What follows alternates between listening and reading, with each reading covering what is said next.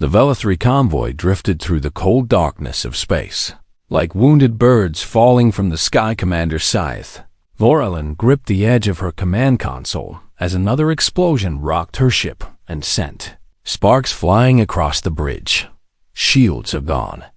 Her second officer shouted over the alarms that screamed through every corridor. Weapons are offline.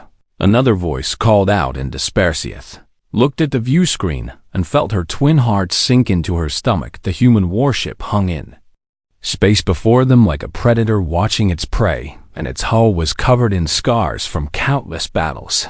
Ship was called the Resolute, and that name had become a nightmare whispered among Velithri soldiers throughout the Warseath had heard the stories about humans ever since she was a young cadet at the military academy. Every species in the Galactic Concord knew about them, and every species feared them. Humans came from a death world called Earth, where the gravity crushed bones and the weather could kill in 1,000 different ways. They breathed a poisonous mixture of gases that would burn the lungs of most species.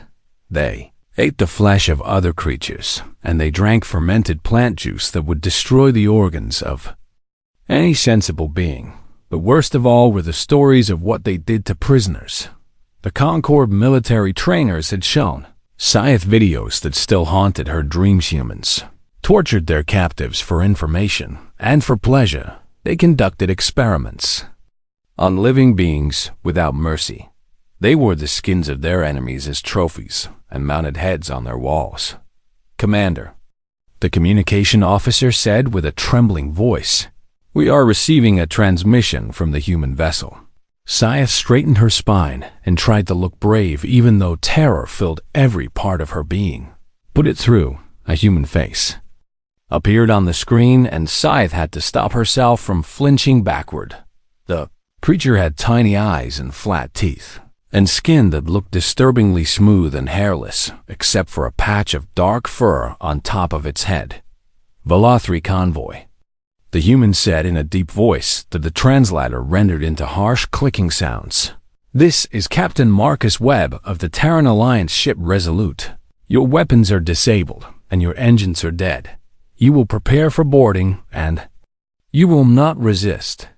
Any resistance will result in immediate termination. You have 10 minutes to comply."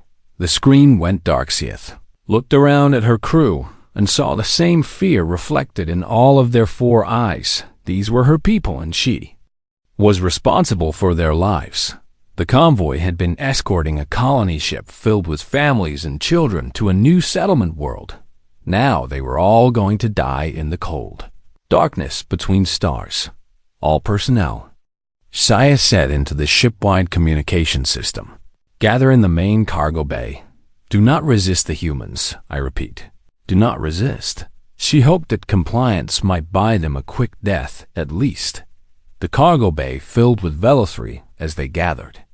From every corner of the damaged ship, Scythe counted 47 of her people, including 12 juveniles from the colony ship who had been visiting the military vessel when the attack began. Young ones clustered around their caretakers, and their bioluminescent patches flickered with fear. Velithri could not hide their emotions because their skin glowed with colors that reflected their inner state. Right now the entire cargo bay was lit with the pale blue of terror and the sickly yellow of Dispersieth. Moved to the front of the group and positioned herself between her people and the airlock door. The humans wanted to kill them. They would have to start with her. The airlock hissed and groaned as something connected to the other side. Then the door slid open with a sound like a dying breath. Human soldiers poured through the opening in perfect formation. They wore bulky armor that made them look even more massive and terrifying than normal, and their faces were hidden behind reflective visors that showed nothing but cold darkness. Each one carried a weapon that hummed with deadly energy. Scythe counted 20 of them, and each one moved with the precision of a hunting machine. One soldier stepped forward and removed his helmet to reveal the face she had seen on the view screen. "I am Captain Marcus Webb," he said. "You are now prisoners of the Terran Alliance. You will be processed and detained according to the Geneva Convention's Extended Edition. Scythe did not know what those words meant, but they sounded like a death sentence. Move them to Cargo Bay 7. The captain ordered his soldiers. The Velithri were herded through the airlock and into the human ship. The corridors were wide and bright and filled with a warmth that made Scythe uncomfortable. Humans came from a hot world, and they kept their ships at temperatures that felt like standing too close to a fire. The air smelled strange and carried scents that Scythe could not identify. Everything about this place felt wrong and alien, and dangerous. Cargo Bay 7 had been transformed into something. Unexpected rows of thin platforms lined the walls, and strange fabric coverings were stacked in neat piles on tables. Bright lights illuminated every corner, and machines hummed with unknown purposes. Form rows. A human soldier commanded. The Velithri obeyed and arranged themselves in neat lines facing the Humantieth. Stood at the front with her back straight and her 4 eyes fixed on Captain Webb. The juveniles were pushed to the back where the adults could shield them from whatever was coming.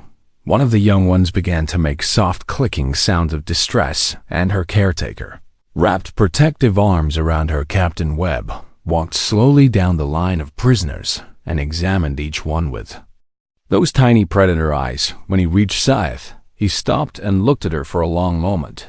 "You are the commander," he said. It was not a question. "I am Commander Scythe Vor Allen of the Velithri Defense Fleet," she replied with as much dignity as she could gather. "Your people fought well," Webb said, "but the fight is over now." He turned to address all of the prisoners, and his voice echoed through the cargo bay. "You will be examined for injuries and illness. You will be provided with food and water and rest. But first, we need to check you for weapons and hidden devices." He paused and looked directly at Scythe as he gave his next command, "Open your coats." Scythe felt her blood turn to ice in her veins. The traditional thorax wrap that every Velithri wore covered their central nerve cluster, and removing it was an act of profound vulnerability to bare oneself. Before an enemy was the ultimate submission, and often the first step before torture or execution. Around her, she heard the soft keening of her people as they understood what was being demanded. One of the juveniles burst into full bioluminescence. As panic overwhelmed her ability to control herself, Scythe looked at Captain Webb and saw nothing but cold determination in those alien eyes. This was it. The cruelty was about to begin, and there was nothing she could do to stop it. The cargo bay fell into a terrible silence as the humans waited for the Velithri to obey. Scythe could hear nothing but the pounding of her own twin hearts and the soft whimpering of the juveniles behind her. Her hand moved slowly toward the fastening of her thorax wrap, and she felt like she was watching someone else control her body. This was the moment she had been trained to face since her first day at the military academy. Capture by the enemy meant pain and humiliation, and eventually death. The instructors had taught her to accept this fate with dignity and to reveal nothing that could harm her people. But the instructors had never prepared her for the reality of standing the 4 actual humans with their cold eyes and their strange weapons. "Wait," Captain Webb said suddenly. He spoke into a small device on his wrist and then looked toward the door of the cargo bay. "Medical team report to Cargo Bay 7 immediately." Scythe did not understand what was happening. The humans had asked them to bare themselves, and now they were calling for a medical team. Did they plan to study Velithri anatomy for some terrible purpose? Did they want to find the most efficient ways to cause pain? A door slid open, and a smaller human walked in without any armor. This one wore simple cloth garments in pale colors and carried a flat rectangular device in one hand. Most surprisingly, this human was female, with longer fur on her head and a softer appearance than the soldiers. "I apologize for the delay, Captain," she said as she approached. "I was preparing the surgical bay for the wounded." "No problem, Dr. Chun," Webb replied. "We need to examine the prisoners before we can proceed with triage." The female human turned to face the Velithri, and her expression shifted in a way that Scythe could not understand. Human faces were so flat and their tiny eyes made them difficult to read. "I am Dr. Sarah Chun," she announced in a gentle voice. "I am the chief medical officer on this ship. I understand that you are frightened, but I need to examine all of you for injuries and illness. This is standard procedure for all prisoners of war." Scythe forced herself to speak even though her voice trembled. "You wish to examine us?" "Yes," Dr. Chun replied. "Your convoy took heavy damage during the battle, and our scans detected several of your people with internal bleeding and radiation exposure. I cannot help you if I cannot see where you are hurt." "Help," Scythe repeated. The word felt wrong in her mouth, like a bite of spoiled food. Why would humans want to help their enemies?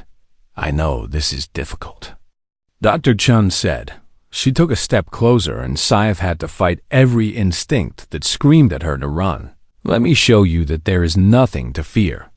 Then the human did something that Scythe never expected. Dr. Chun reached up and removed her own outer garment and revealed the simple cloth beneath. She stood before the prisoners with her torso covered only by a thin layer of fabric. "See," she said with a small curve of her mouth. "Just an examination. I will go first if it helps." Scythe stared at the human in confusion. This made no sense at all. The Concord had taught her that humans were cruel predators who delighted in the suffering of others. But this human had just made herself vulnerable in front of her enemies. Dr. Chun turned and approached the nearest Vela-3 prisoner. Old Counselor Peth had served on the colony ship as an advisor to the settlement leaders. He was ancient by Vela-3 standards, with faded bioluminescence and a body that had begun to bend with age. During the attack, a piece of shrapnel had torn through his lower segments and dark blood stained his clothing. "May I examine you, sir?" Dr. Chun asked. The old Counselor Peth looked at Scythe with his 4 clouded eyes, and she could see the question in them. Should he trust this human? Should any of them trust these creatures? Scythe did not know what to say. Everything she believed told her that this was a trap, but something in the human doctor's voice and the way she had bared herself made Scythe hesitate. She gave Peth a small nod. The old counselor turned back to Dr. Chen and slowly began to unfasten his thorax wrap. His movements were stiff with pain and age, but he managed to open his coat and reveal the wound beneath. Dr. Chen leaned close and ran a humming device over his body. Her face changed as she looked at the results on her rectangular screen. "Punctured membrane," she said quickly to another human who had appeared beside her. "Fragments lodged near the secondary respiratory system. We need to operate within the hour or he will not survive." She looked directly at Counselor Peth, and her small eyes seemed to hold genuine concern. "With your permission, Counselor, I would like to save your life." Peth stared at her for a long moment. The cargo bay was utterly silent as every Vela-3 waited to see what would happen. Then the old counselor made a sound that Scythe had not heard from him in many years. He laughed. "Young creature," Peth said in his wavering voice. "I have lived for 300 cycles, and I thought I had seen everything the universe could offer. But I never expected to see a human ask permission before cutting me open. Yes, Doctor, you may try to save my old life." Dr. Chen smiled and gestured to her assistants, who hurried forward with a floating platform. They lifted Counselor Peth onto it with surprising gentleness and carried him away toward the medical bay. Scythe watched them go and felt something strange happening inside her chest. It was not pain, and it was not fear. It was something else that she could not name. "Commander," Dr. Chun said as she returned to stand before Scythe, "I would like to examine the rest of your people now. We have identified several others with serious injuries, including 3 of the juveniles. Will you allow me to help them?" Scythe looked at the human doctor and then at Captain Webb, who stood watching with his arms crossed over his chest. She looked at her people who glowed with confused colors of blue and yellow, and now something new, a faint green that indicated hope. "Yes," Scythe said. "You may examine us." Over the next several hours, the cargo bay transformed into something that Scythe had never imagined. Human medical personnel moved among them by Velethri with quiet efficiency and gentle hands. They asked before touching and explained every procedure through their translation devices. When one of the juveniles screamed at the sight of a needle, the humans immediately stopped and brought a different tool. It is called a hypospray. Dr. Chen explained to Scythe. Some species have fears or cultural objections to needles, so we developed alternatives. We adapt to the needs of our patients. You adapted for other species, Scythe said. Of course, the doctor replied with that strange mouth curve. The Centauri have 17 different requirements for medical treatment based on their religious beliefs. The Kethri go into shock if exposed to certain light frequencies. We learn how to help everyone. She made a small movement with her shoulders that seemed to dismiss the importance of her words. It is just medicine. But Scythe knew that it was not just anything. She had studied human history during the war briefings. She knew about the terrible things humans had done to each other throughout their blood-soaked past. She knew about their wars and their weapons and their capacity for destruction. The briefings had not mentioned this. They had not mentioned humans who asked permission and adapted their tools and moved with gentle hands among their enemies. Scythe watched a human soldier offer water to one of the juveniles. The young one took it with trembling hands and drank. Deeply, the soldier smiled at her and said something that made the juvenile's bioluminescence shift from fear blue to confusion purple. What kind of enemy was this? What kind of war had she been fighting? Scythe had expected those days to be filled with pain and fear, but instead, they were filled with confusion and wonder. The Velethri prisoners were housed in a section of the ship that had been modified for their comfort. The humans had lowered the temperature to match Velethri preferences and adjusted the lighting to suit their sensitive eyes. Food was provided 3 times each day, and it was actual food, not the recycled waste that prisoners were supposed to receive. Clean water flowed from taps whenever they wanted it, and soft blankets kept them warm. During sleep cycles, the wounded were healing under Dr. Chun's careful attention. Counselor Peth had survived his surgery and was already arguing with human academics about the nature of the universe. The 3 injured juveniles were recovering quickly and had begun to follow the human medical staff around like curious pets. Most surprising of all was the treatment of the dead 7.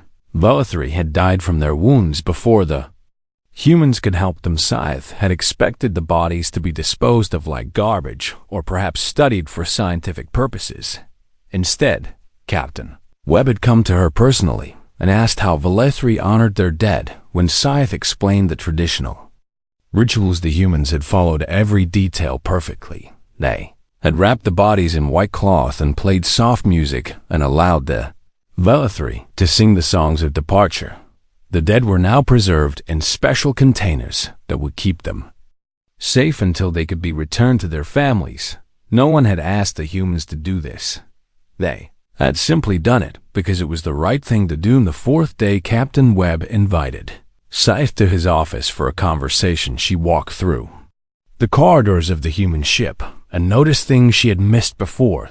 The walls were decorated with images of green landscapes and blue water. Human soldiers smiled at her as she passed instead of threatening her with weapons. One young soldier even attempted the Velethri gesture of respectful greeting, though he got it slightly wrong. Captain Webb's office was small but comfortable, with soft chairs and warm lighting. A bitter drink called coffee sat steaming on the desk, and the captain gestured for Scythe to take a cup.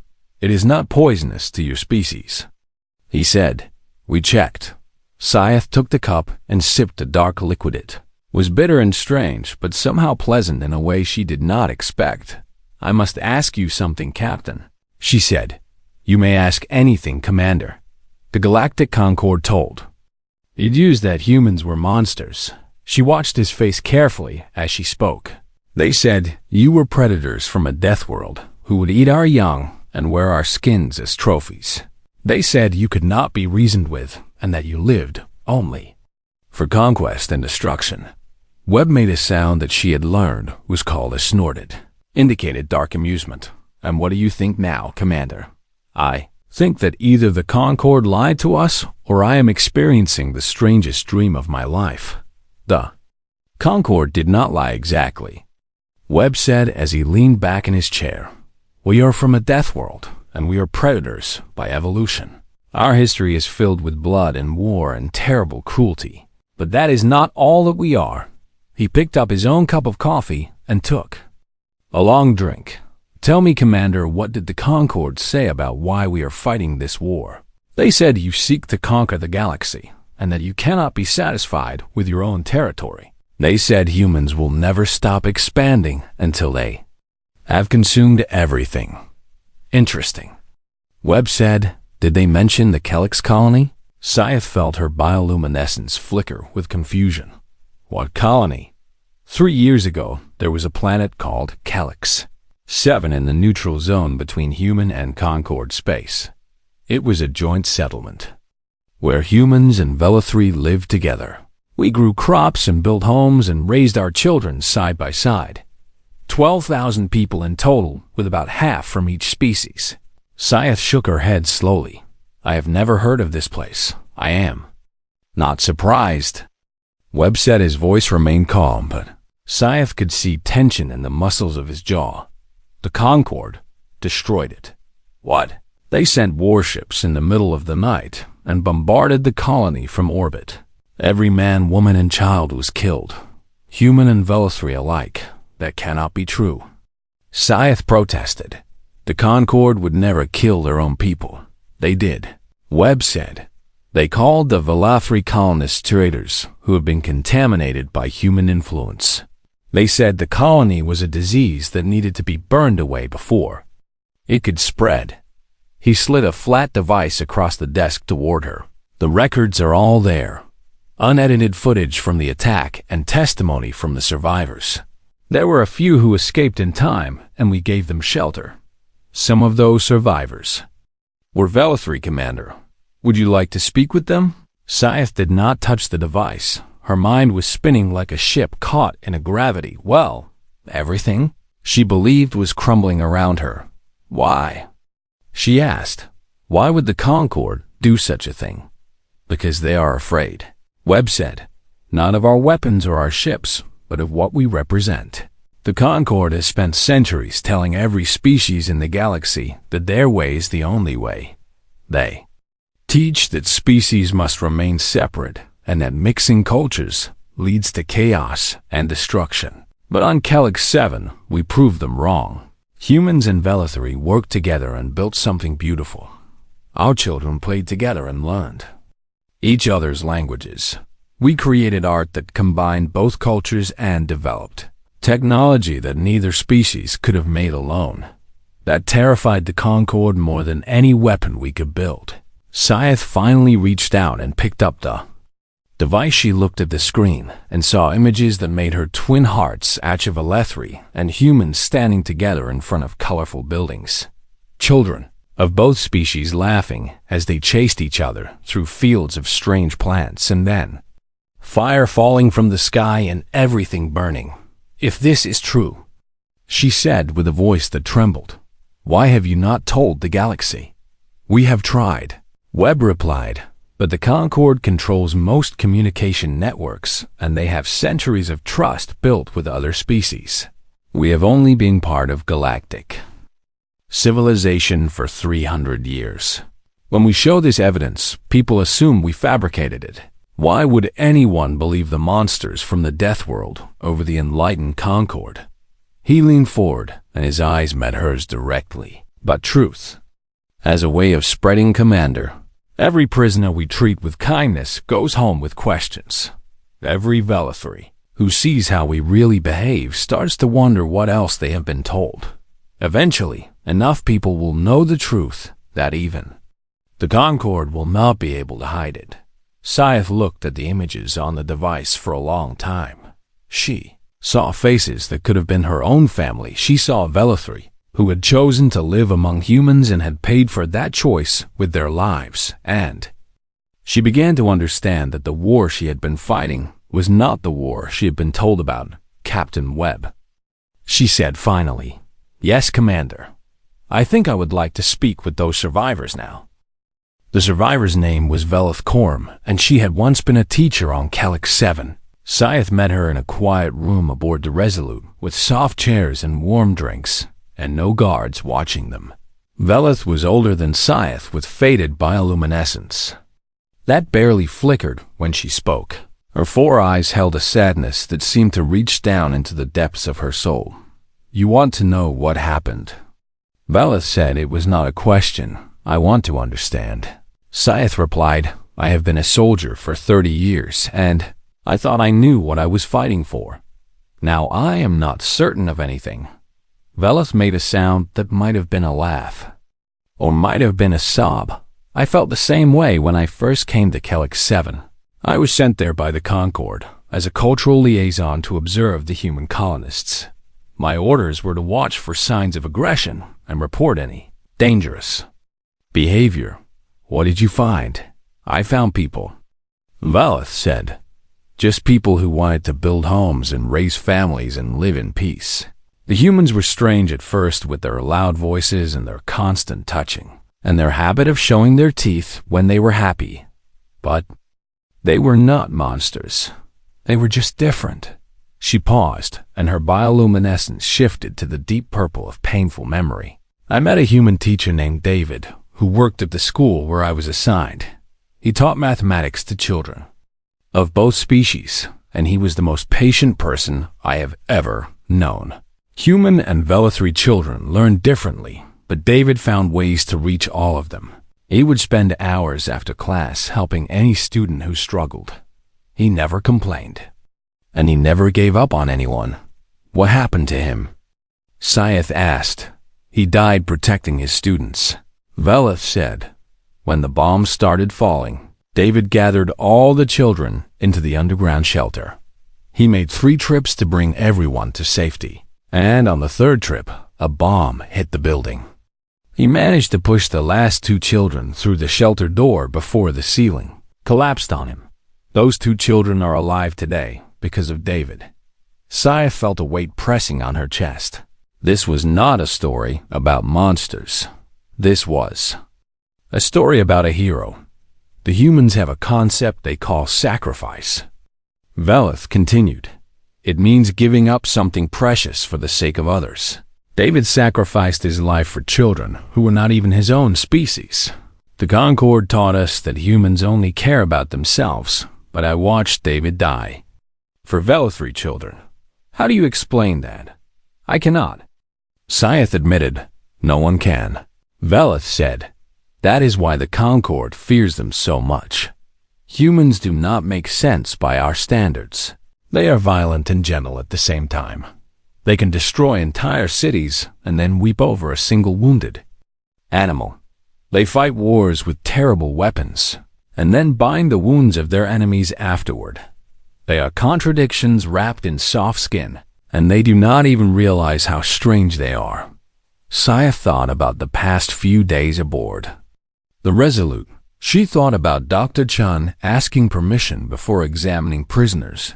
She thought about Captain Webb honoring Velithri death rituals without being asked. She thought about the soldier who had tried to make the gesture of respectful greeting. The Concord calls this contradiction a weakness.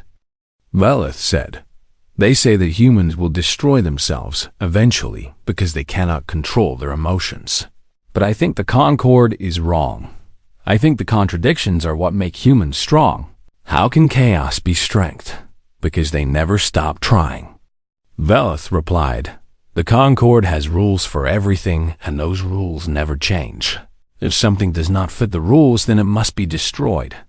But humans make new rules all the time. When they see suffering, they do not ask if helping is permitted. They just help. When they make mistakes, they do not pretend those mistakes never happened. They learn and they change, and they try to do better." She leaned forward, and her faded bioluminescence glowed brighter for a moment. "On Kellic 7, I watched humans and Velithri create something that should have been impossible. We combined our cultures and our knowledge and our dreams. We built a community where the differences between species did not matter. Children grew up speaking both languages and celebrating both traditions. Artists created works that blended our aesthetics in ways that made everyone see beauty they had never imagined. Scientists made discoveries by combining human intuition with Vo3 precision. It was not perfect, but it was real, and it was growing. And that is why the Concorde destroyed it. Saya said. Yes. Velith confirmed. They could not allow proof that their way was not the only way. If species could live together successfully, then everything the Concorde taught would be a lie. So they burned 12,000 people to ash and told the galaxy that it never happened. Saya sat in silence for a long time. She thought about her crew waiting in the converted cargo bay. She thought about the juveniles who had stopped fearing the humans and started asking them questions. She thought about old Counselor Peth debating philosophy with human academics. What should I do? She asked. That is not for me to say, Velith replied. The humans will offer you a choice because that is what they do. They will not force you to believe them or to join them or to do anything at all.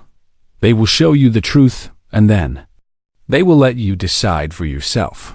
That is their way, and I think it is a better way than what the Concorde offers. But you must make your own choice, Commander. No one can make it for you. Saya stood up and walked to the window that looked out into the darkness of space. Somewhere out there was Vo3 space, where her family lived and her friends served, and her entire life had been built. Somewhere out there was the Concorde that had trained her and promoted her and sent her to war. And somewhere out there were the ashes of 12,000 people who had dared to dream of something different. Thank you, Velith Coram. Saya said. Thank you for telling me the truth. The truth is all I have left to give. Velith replied. I hope it serves you better than it served me. Saith left the room and walked slowly back toward the cargo bay where her people waited. Every step felt heavier than the last. She had been a soldier her entire life, and soldiers followed orders without question. But she was starting to realize that some questions needed to be asked, and some orders should never be followed.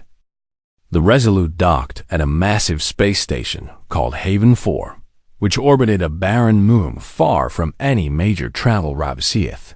Stood at the viewport and watched as the station grew larger and larger until it filled the entire window. She had expected a military base or a prison complex, or perhaps a labor camp where prisoners would work until they died. What she saw instead made her twin hearts stop beating for a moment. Haven 4 was a city lights blazed from thousands of windows, and ships of dozens different designs flew in careful patterns around the docking bays. The station was enormous and beautiful, and filled with life in a way that Scythe had never imagined possible. Impressive, is it not? Captain Webb said as he came to stand beside her. What is this place? Scythe asked. It is a sanctuary, Webb replied. We built it 5 years ago as a haven for refugees and prisoners who had nowhere else to go. 20,000 beings live here permanently, and thousands more pass through every year. Prisoners live here permanently. Former prisoners, Webb corrected. Once we process prisoners of war, we offer them a choice. They can be held until the war ends or until prisoner exchanges are arranged, or they can choose to stay here as free citizens of Haven 4. Scythe turned to look at him. With all 4 of her eyes, you release your prisoners. We release those who want to be released. Webb said. Some prefer to wait for official exchanges because they have families back home who need them. Others choose to build new lives here among beings from 100 different worlds. We do not force anyone to do anything. We simply offer choices and let people decide for themselves. The docking bay doors opened and Scythe stepped onto Haven 4 for the first time. What she saw made her question everything she thought she knew about the universe. Humans walked through the corridors alongside Kethri and Centauri, and yes, Vo3. Different species talked and laughed and worked together. as if it was the most natural thing in the world. A human vendor sold food from a small cart, and his customers included beings of at least 5 different species. A group of children ran past playing some kind of chasing game, and Seath saw human children and Velithri juveniles among them. Their laughter echoed through the corridor, and it was the most beautiful sound she had ever heard. One of the Velithri adults noticed Seath's military uniform and approached with the greeting gesture of equals. "Commander Vorain," he said, "I am Keth Solarn, and I was captured 2 years ago. I chose to stay here rather than return to Concord space." "Why?" Seath asked. "Because here I am free," Solar replied. "Free to think and speak and believe whenever I choose. Free to be friends with humans and Kethri and anyone else I meet. Free to ask questions that the Concord would punish me for asking." He gestured at the station around them. "I know what you are feeling right now. The confusion and the anger and the sense that everything you believed was a lie. I felt the same way when I first arrived. Was it a lie?" Seath asked. "Not everything," Solarn said. "We are still Velithri, and our culture and our bonds and our traditions are real. But the war and the enemy we were taught to hate, those were manufactured by beings who feared change more than they feared death." A human child ran up to Solarn and tugged on his clothing. "Kath, can you help me with my mathematics homework?" The child asked. "My teacher says I need to understand fractions before tomorrow." Solarn's bioluminescence shifted to the warm orange of affection. "Of course, little one. Go to the study room and I will join you shortly." The child grinned and ran off to join a group of other students. Seath watched with wonder as the young human disappeared into the crowd. "The humans took everything from me," Solarn said. "They captured my ship and killed some of my crew and brought me here against my will.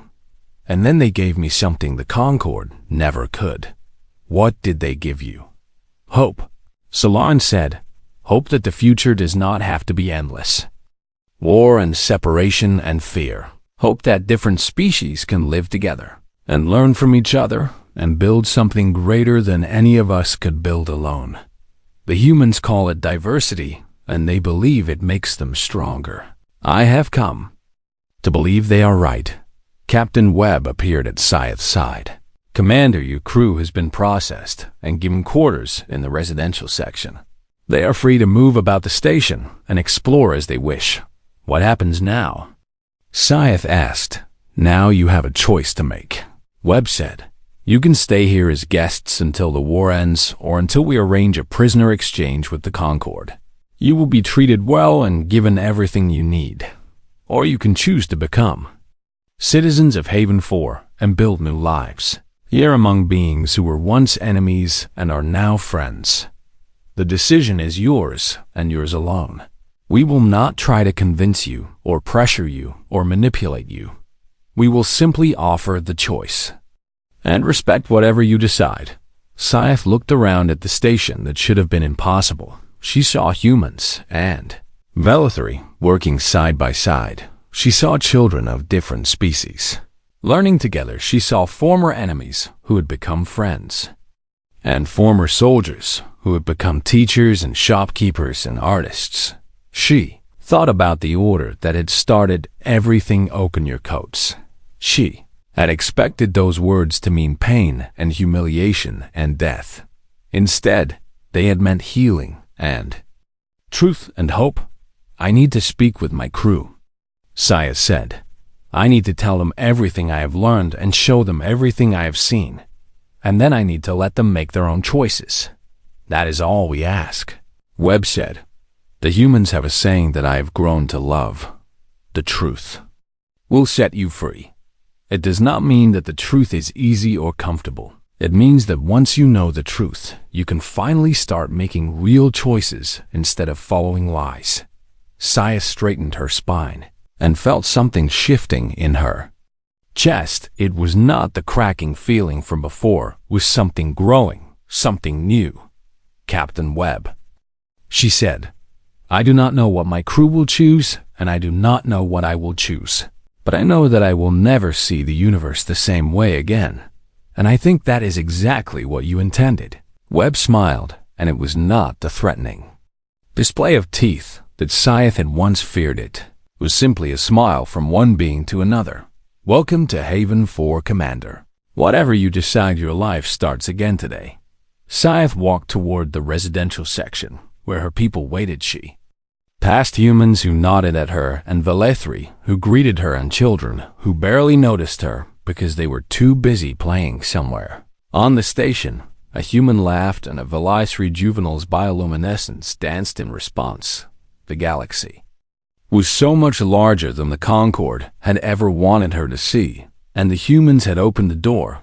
Now she had to decide whether to walk through it. She thought about Counselor Peth, who had survived his surgery and was already making friends among the human academics. She thought about the juveniles, who had stopped being afraid and started being curious. She thought about Velith Karem, who had lost everything and still found the strength to hope. And she thought about David, the human teacher, who had died protecting children who were not even his own species.